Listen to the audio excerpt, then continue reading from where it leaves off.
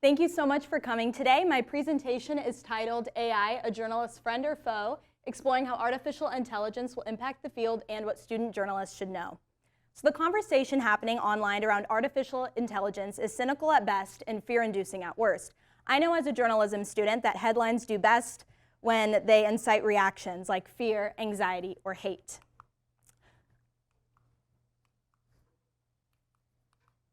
You'll see some headlines in a second. So when you're reading titles like the ones on the screen, like The Godfather of AI says he's worried about the end of people, or big tech is bad, big AI will be worse, it can feel like as AI develops, their fear is the only option left. The narrative that robots will one day replace humans is starting to feel a little bit more like fact than fiction. Hello, my name is Jenna Mindel, and I've spent the past semester researching and working on a long-form article exploring how generative AI, specifically programs like ChatGPT, will impact professional writing. So my target audience was college students, Gen Z, and communications-adjacent majors who are worried about having a job once they graduate with the rise of artificial intelligence. As I worked on this assignment, I knew that I wanted to share it with my peers because it's a topic we're all hearing a lot about online that's chiefly negative. So a lot of these headlines I'm sure you've seen pop up on your news feeds and on social media. It doesn't really feel like there could be a positive take. So with that being said, ironically, my article, my long-form article's title ended up being, quote, "I'm about to graduate with a degree in journalism, but ChatGPT writes better than me. Now what?" Which reflects the mindset that I had at the beginning of my project. So my goal was to report on the topic in depth to prove that professional writing still has a place in the job market. And after much deliberation, I'm confident that it does. So today I'm going to share some of my findings. So if you're looking for doomsday AI superintelligence theories, this is not the place. And I'm fully aware I'm not an expert, but I came into my interviews open-minded and was actually surprised at the positive view toward journalism and professional writing. So while I know this is not the full story, I don't think we need another cynical view of AI. My project considers how AI might actually help us get back to a more holistic vision of work. So if you're a journalism, PR, communications, or English major, chances are you grew up being told that you were a gifted writer or communicator. It's probably why you chose your specific major. So learning about the growing capabilities of generative AI naturally may bring up these questions of whether our skill set and values are still important. I can speak personally to the messaging from Biola with the journalism department being siloed into communications. It kind of felt like a confirmation that my specific skill set was slowly getting phased out. Throw in an AI program that can seemingly do our jobs a lot quicker. All of this at one point or another has made me feel like what was once my unique calling is just another task that could be automated or erased. So this is not a new feeling for journalists. With the ever-changing digital landscape, the job has undergone a lot of changes in the industry. So I meant to have this up a little bit earlier, but this is my long-form article. It's just a little sneak peek. This is an AI-generated image of a robot typing, and that's a little bit of what it looks like. I'm in the process of pitching it to a few different places right now. So on the screen, I have an example of leveraging the use of AI. So I'm going to go into a little bit about how journalism is this ever-changing digital landscape, and we can see here a quick summary that was generated by AI showing those changes. So instead of taking 10 to 15 minutes while I was putting together my presentation to figure out a quick way to summarize this, I plugged it into ChatGPT. Because this information is not central to my presentation, but just some background information, I can leverage my time by generating a summary via AI that I can use to spend more time on my analysis. So this is just one example of how students and professionals can leverage AI in their communication. So so if you look at the screen where the summary is, you can see how journalism changing is nothing new, but something that will continue for years to come. And my generation is more than familiar with technological change. Gen Zers like me have grown up with iPads as our mealtime companions and social media as the barometer for our social lives. While some of us can remember a tech-free childhood, we are considered digital natives because we were born in the era of digital technology, making us more familiar with technology than previous generations before us. We are the ones who our older family members call when they have technology problems, whom I'm always happy to help, but who at the same time have lectured us one too many times about how technology is ruining our lives. I talked to Robert Marks, a professional of electrical and computer engineering at Baylor University, who has been studying and working with AI for over 3 decades. He made a point to say that it was longer than I had been alive. He had the opposite of the stereotypical cynical responses that older generations have toward technological advancement, which really changed the trajectory of my project. So he claims that how Similar to other technologies that we use in our daily lives, they were once novel, new, and innovative. AI will eventually be no more exciting to us than switching on our TV. So Mark showed me the Gartner hype cycle, which is a graphical representation of the life cycle that emerging technologies go through. So here we see these phases of excitement, disillusionment, and this visual representation kind of shows these phases and how we eventually adopt technology into our lives. So he explained that when a new technology shows up, everyone gets excited. So think about the excitement around the early days of the iPhone, Tesla, even space exploration. For a brief moment, it feels like the possibilities are endless. This is the peak of the hype where inflated expectations are at their height, and there's quickly a dip as people begin to recognize the limitations. Then comes the trough of disillusionment, which Marx calls the depth of cynicism. So this is kind of where we're at with AI right now. There's just a lot of fear, and for a moment we saw like, oh, this will be so cool, but then when actually it came out, we're like, wait, do we still need people? Like, what's going on? So this is just a great representation of how actually so many technologies before artificial intelligence have gone through this, even with things like the calculator. People used to think, oh my gosh, no one's ever going to do math again, which for me, I don't have to. But for a lot of people, that's not the case. So this is just kind of a visual representation that really helped me understand that AI doesn't just need to be something we're freaked out about, but something that is going through this cycle that other emerging technologies have gone through. So, similar to other technological advancements, AI will one day be just as part of our daily lives as our smartphones, smartwatches, or smart TVs. And just as these things add significant convenience to our daily life, AI has the opportunity to help make people's lives a lot easier.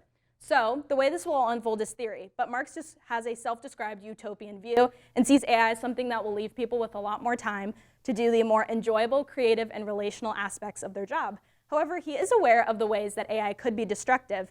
Make no mistake, AI is a tool and it can be used for bad or evil, he said.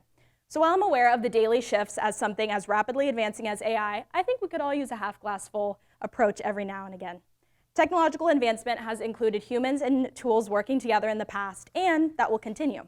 So after talking to Robert Marx and a few other AI experts, I talked with a freelance writer who wrote an article about AI that I stumbled upon my research that I found fascinating. So Ryan Bradley recently wrote an essay for The Atlantic, and it's called "A Chatbot is Secretly Doing My Job." So he talks about using Playground, which is a similar program to ChatGPT, so that's with OpenAI. And he used it to do a weekly assignment that he dreaded. So it entailed summarizing the press coverage of the organization that he works for. This was a task he loathed, and it took about 30 minutes.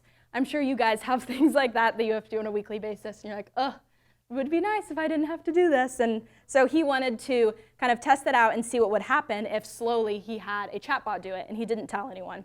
And he kind of wrote about the experience. So he realized that it made a decent but not great first draft. It went from something that took him about 10 minutes to edit to about 5. So it really cut down the time of his task.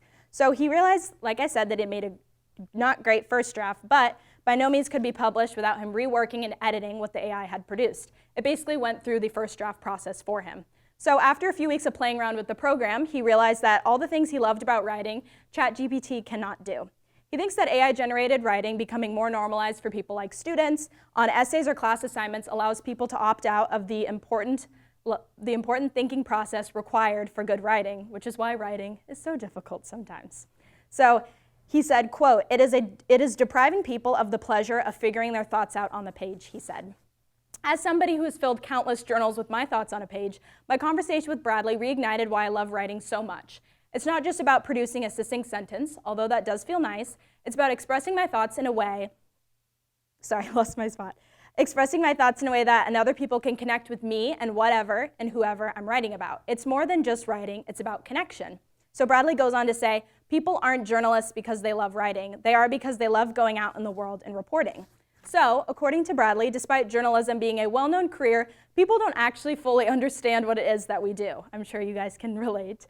They may know that we write and that AI generates human-like text, so it can be easy to make that claim that writing-related jobs may become automated. For example, at a work party a few months ago, one of my husband's colleagues asked what I was studying, and I said journalism. He said, ChatGPT is going to take your job. And I didn't really know what to say. I laughed it off in the moment and was not sure how to reply, but now I would feel confident after much research and deliberation that yes, AI can generate text quickly, much quicker than I can, but it can't sit with people, hear their stories, and connect with them. And I'm certain that AI will be a tool that we use, but by no means will it take away the role of the journalist in society. So just as it has before, journalism will change, no doubt. Summaries, sports games, and news briefs may get their first draft written by a robot. Bradley thinks that AI could be helpful in a variety of areas for journalists, like synthesizing a paragraph, like what he did, maybe iterating in the editing process, that sort of thing. So while it can be a resource, he's not confident that it's suddenly going to become a top source of pinnacle good information. We have all experienced that when you put something into a chatbot and it gives you a very weird response. He explained how the burden will actually fall on the user because they'll need to have a baseline knowledge of what they're researching to know if the content AI is feeding them is incorrect. So for example, earlier when I talked about the history of journalism, because I'm pretty familiar with that information, I could look at that summary and say, yeah, that's verifiable, that's true. So yeah, that baseline information is what's necessary. So that if the content feeds something that's incorrect, which it often is, they can avoid it. So journalists, along with other researchers, students, and everyday folks who ask a chatbot a question will need to go back to the age-old truth. Not everything you read on the internet is true. So writing is a part of nearly every role, and so this conversation is relevant not just to journalists, but people who write everywhere. So while some people have found this to be an element of their job that they really enjoy and comes naturally to them, others scratch their head at writing an email. Whether you view writing as a menial task or something you enjoy, AI is definitely going to impact your writing processes in one way or another. For journalists, it's unclear how AI integration will go. However, some organizations are leading the way, like the Associated Press, which is a news organization that produces news reports and sends them out to newspapers, magazines, and news outlets worldwide. They produce the AP Style book, which we live by, which is a guide that most news organizations adhere to for proper usage of grammar, terms, that sort of thing. So they have a page on their site where they actually disclose how they integrate AI into their news gathering practices. So this is just a quick summary statement at the top of their page, but checking out their site, you can see the ways that journalists are going to be using AI, which is super interesting. So I think when people hear about journalism and AI use, they think of just AI writing the content that we see in articles like this, but they're using it a lot more in their news gathering and researching processes and automating a lot of different things. So AP uses AI to verify social and user-generated content, to add transcripts to their video content, and generate video shot lists, story summaries, along with other things. So as a leading global news organization, AP is setting the tone for what it may look like for AI to be used as a tool in the field. So it excites me that tasks like adding transcripts to video content are being automated, so there's more time for fact reporting and good storytelling to take place. For journalists in my generation, our experience will be different than those who came before us. So on the screen, I have a response from ChatGPT of ways that AI may be integrated into journalism. So you can take a look at those, and you'll notice that a lot of these tasks are centered around things like automating, analyzing, or monitoring information. The automation of these kinds of tasks, which require little creativity, have the opportunity to give people more time to focus on the central parts of their work. And then, to end off our time, here are a few positive headlines about AI that you may have not seen. So AI has the chance to leave journalists with more time with people in real life because the role of the journalist is the listener and the truth teller. AI has the chance to refine the role by getting rid of some of the menial tasks associated with reporting. AI affirms the truth we already knew. Journalists are not journalists because they like to write, but because they want to tell real, true stories. Thank you.